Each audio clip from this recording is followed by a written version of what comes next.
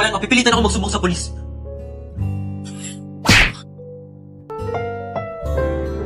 Ang susunod na programa ay rated PG. Ito ay nangangailangan ng patnubay at gabay ng magulang para sa mga batang manonood.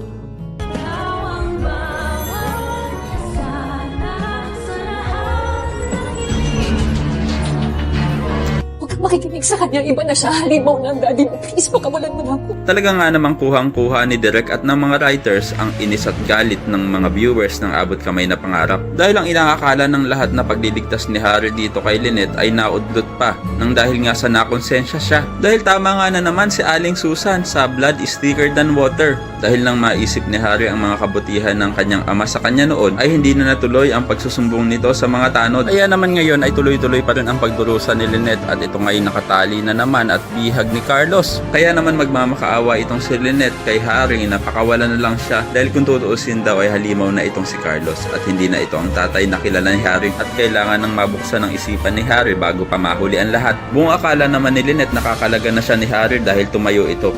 Pero pupunta lang pala ito sa kanyang ama upang pakiusapan ito na siya na mismo ang magpalaya sa kanyang asawa. Pero pag mamatigas nitong si Carlos na hindi niya daw pwedeng pakawalan si Lynette dahil pag ginawa niya yon ay tsak magsusumbong daw ito sa mga pulis at makakalaboso na silang mag-ama. Magtataka naman itong si Harry bakit siya dinadamay ng kanyang ama.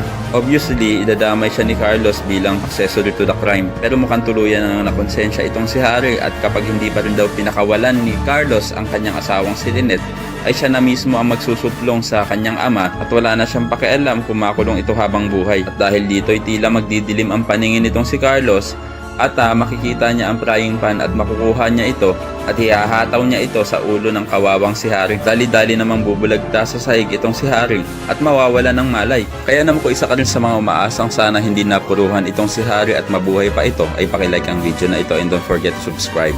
Thanks for watching and see you on our next episodes. Bye-bye!